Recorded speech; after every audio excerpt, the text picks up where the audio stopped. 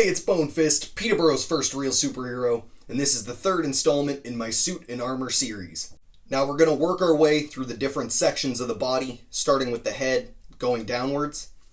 Of course, we got my, not my first mask, but the one I'd use regularly. It's a thin material, obviously no protection really offered with this. It's better for those, those days where I'm going on patrol where I know there's not going to be any danger, just homeless outreach. Stuff like that. We got the armored helmet. Of course, it's like a paintball helmet or airsoft helmet, painted purple. I removed the visor off of it, the kind of top visor, a little bit more visibility.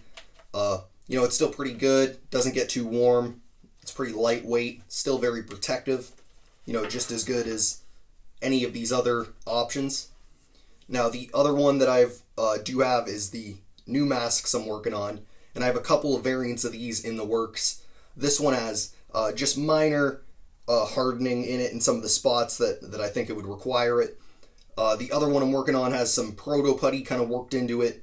And then I have some other variants that I'm planning in the future. Obviously it's very modular since I can build them myself. The only downsides to these ones are really that, you need the goggles underneath or balaclava or something like that to hide the eyes. And with this one, you got the whole kind of upper face.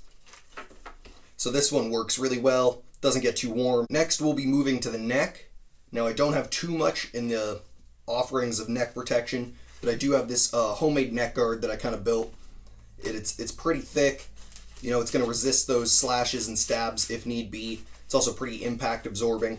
Can get a little warm around the neck because it is pretty thick, but it works pretty well, pretty maneuverable. It just fits around. I think I've showed it in some previous videos.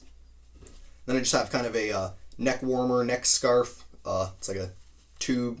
That way you can pull it up around my mask if I need to cover my mouth and nose. If I'm within distance of people or if I just feel I need to cover it. I do have that.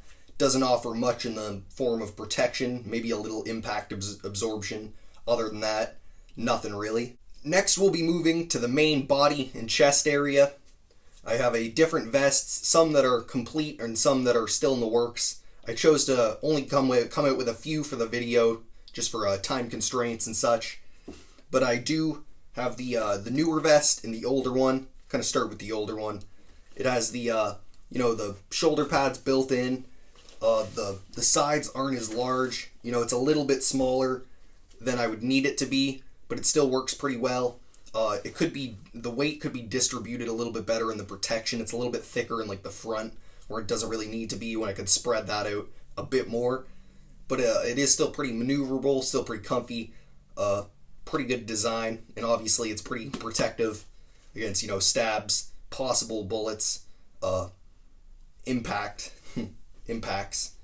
Then we have the newer vest, very similar to this one, but a lot more spread out in terms of the protection. A little bit more work went into this one, a little bit more care.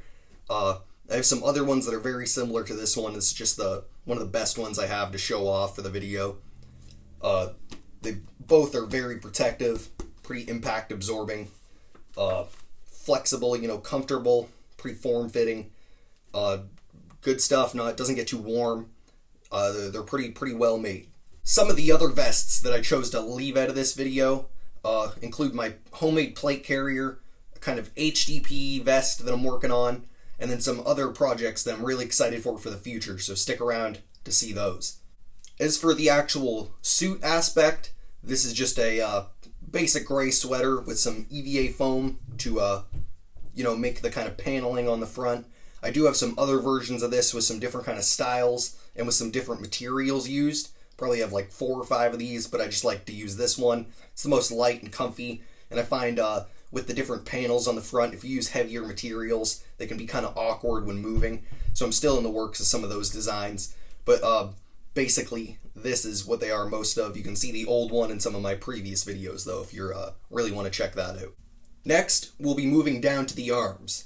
Now, if you've seen my previous videos, you've seen these, the old arm protection, extends, pretty resilient, can get a little warm, and they kind of affect maneuverability slightly, but they are still pretty comfy. Of course, this one, extends. It's got the flashlight built in. If you haven't seen that, they go on the arm like so. Kind of extend up like that. Some of the newer stuff I've gotten, these kind of military, tactical, digital camo looking elbow pads. They're pretty good, resilient stuff. Definitely impact absorbing, got a lot of material in there. Shoulder pads. These are some kind of light, thin shoulder pads. There's not much that's going to be happening there other than possibly falling on your shoulder. You might get hit there, but it's not going to be that big of a deal. So those aren't, too armory or protective, I guess you would say.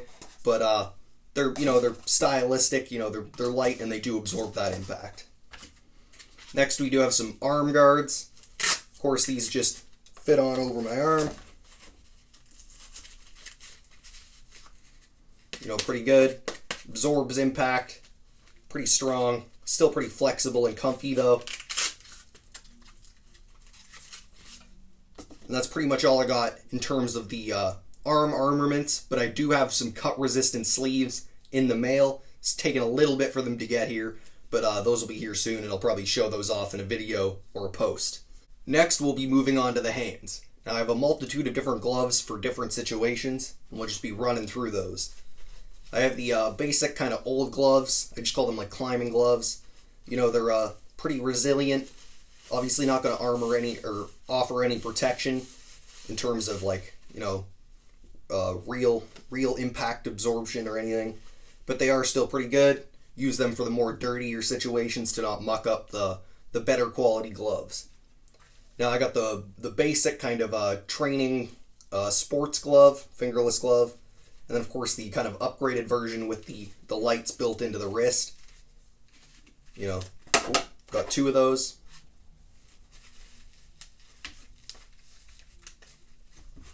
Next is the more military-esque, hard-knuckle fingerless gloves. Now, I don't really bring these out into any situations. They're just cool to have, but I might paint them purple or dye them purple, whatever I need to do. They obviously offer a lot more protection and are a lot more high quality. Next, some of the cut-resistant gloves, if you've ever seen these. Now, I have another pair of these that has the fingers removed from them, so they're very similar to these, so I can still access my phone and such. But I also have this pair for whatever situation may come up.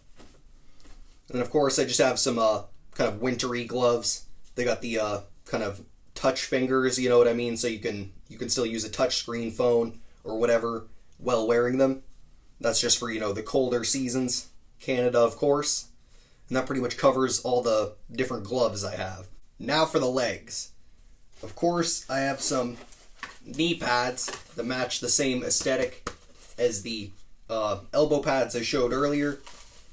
Same exact as those, just a little bit bigger to fit your knees. Then we'll move on to some of the more exciting stuff. Got the shin/knee armor. Pretty good. Pretty resilient stuff. They look pretty sweet as well. Of course, offer decent protection. Now, these are the new kind of thigh armors I've been working on.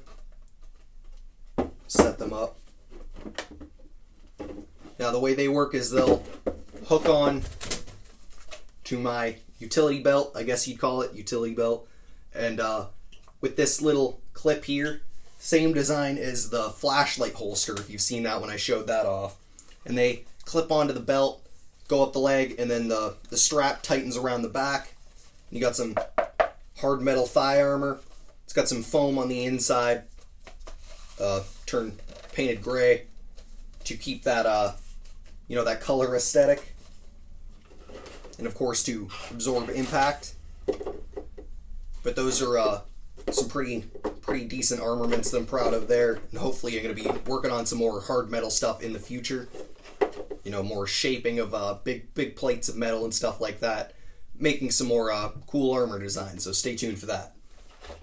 And that pretty much covers everything. I mean, other than the kind of combat gray pants that I wear, and of course the the Converse shoes that I usually have, the different variations, kind of like a pinky purple, a purple gray, kind of like a dark gray, the different those different shoes.